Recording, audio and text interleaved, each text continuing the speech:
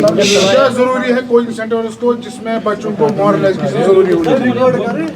جتنے زیادہ انسٹیٹیوشنز ہو سکتے ہیں ایجوکیشن کے اتنا زیادہ بہتر ہے سوسائٹی کے لیے. ایجوکیشن کے ساتھ ساتھ جو ہمارے چیلنج ہے سوشل چیلنج جو ہے ان چیلنج کے ساتھ لڑنے میں مدد کر سکتے ہیں, بجائے اس کے کہ ہم انسٹیٹیوشنز کی کمی فیسلٹیز کی کمی کی وجہ سے جو مورل ڈیگریڈیشن ہوتی ہے سوسائٹی میں وہ مورل ڈیگریڈیشن ہونے دے. بہتر ہے کہ ہم انسٹیٹیوشنز اور فیسلٹیز کے ساتھ کو بنا کے ان سوشل چیلنج کے خلاف لڑ سکیں.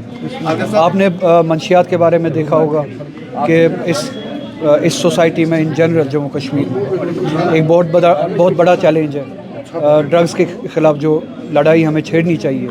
اس کے لیے اس جیسے انسٹیٹیوشنز کی بہت زیادہ ضرورت ہے.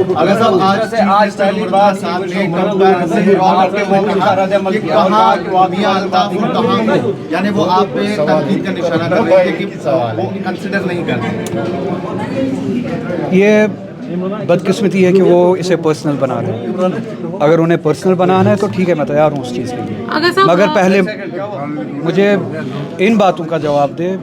پرسنل لڑائی بعد میں لڑیں گے, یہاں پہ فرصت نہیں ہے پرسنل لڑائی لڑنے کی. یہ کشمیر جو ہے اس وقت ایگزسٹینشل کرائسس سے لڑ رہا ہے. ہمارے اتنے بڑے معاملات ہیں جو کسی کے پرسنل ایگو سے بہت بڑے ہیں. ہمارے ہزاروں نوجوان جیلوں میں بند ہیں, ان کا ایڈریس انہیں پتہ ہے, ان کے بارے میں کیا کیا ابھی تک اس بارے میں کچھ پتہ ہے. روح اللہ کوئی ذات نہیں ہے, میری کوئی اہمیت نہیں ہے. ان ہزاروں نوجوان کا ایڈریس انہیں پتہ ہے جو جیل میں ابھی بھی ہے وداؤٹ ٹرائلز. 370 کی لڑائی ہمارے وجود کی لڑائی نیشنل کانفرنس کا پرومس ہے. پچھلے الیکشن میں میری ذات کی کوئی حیثیت نہیں ہے. اس قوم کو اس تشخص کی لڑائی کے لیے جو وعدہ دیا گیا تھا اس ایک سال میں ہم نے وہ کہاں پہ شال اور گلدستوں میں بیچ کے کھائی ہے وہ لڑائی. اس کا ایڈریس ہے ان کے پاس. 2024 میں یہ وعدہ کیا گیا کہ 5 سال میں ہم 1 لاکھ نوکریاں دیں گے. وہ ایڈریسز کیا مجھے کوئی دے سکتا ہے کہ جو 20,000 نوکریاں پچھلے 1 سال میں لگی ہیں؟ ہمارے مذہبی عقائد پہ, ہمارے کلچرل آئیڈینٹی پہ جو حملے ہوئے, ان حملوں کے خلاف کون سی لڑائی ہوئی اس کا ایڈریس بتا سکتے ہیں؟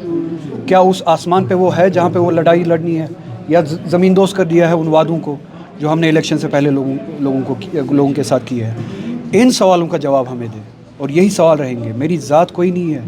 اگر کسی کو اپنا ایگو ایشو بنانا ہے وہ میں اس لیول پہ بھی لڑوں گا, مگر میری ذات کی کوئی امپورٹنس ہی نہیں ہے. روح اللہ کی ذات کی کوئی امپورٹنس نہیں ہے, کسی اور کی ذات کی کوئی امپورٹنس ہی نہیں ہے. امپورٹنس ہے اس امید کی, اس ایجنڈا کی, اس ریسپانسبلٹی, اس مینڈیٹ کی جو لوگوں نے ہمارے ہاتھ میں دیا ہے.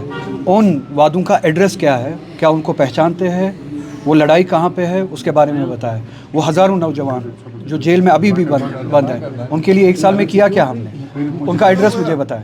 تو اسی طرح سے بہت سارے ایشوز ہیں جن کو لے کے ہم بات کر رہے ہیں. کسی کو یہ ذاتی مسئلہ بنانا ہو وہ بنا لے, مجھے اس سے کوئی فرق نہیں پڑتا. مجھے لگتا ہے کہ یہ ایک موجب بنے گا آپ کے, جس طرح سے آج سی ایم نے کھل کر بولا, تو نیشنل کانفرنس سے علیحدگی کا آپ کے لیے موجب. دیکھیے, جو اپنے اصول سے علیحدگی کے راستے پہ چلتے ہو, مجھے ان کے بارے میں کیوں فکر کرنی ہے کہ میری ان کے ساتھ علیحدگی ہوگی یا نہیں. جو اپنے قوم, جس قوم نے ان کو اعتماد دیا ہے, اس قوم کے اعتماد سے برعکس علیحدہ راستہ اختیار کیا ہو, قوم کو سر راہ چھوڑ دیا ہو ان مظالم میں, جو قوم سے علیحدگی اختیار کرے, مجھے یہ فکر کہاں ہوگی کیا میری ان سے علیحدگی ہے یا نہیں ہے. میرا سوال ان سے یہ بھی ہے, آج بھی ہے, اور آپ اس سوال کا جواب لے کے آئیے. کیا جو میں باتیں کرتا ہوں, جو سوال میں کرتا ہوں, کیا یہ نیشنل کانفرنس کا ایجنڈا نہیں ہے؟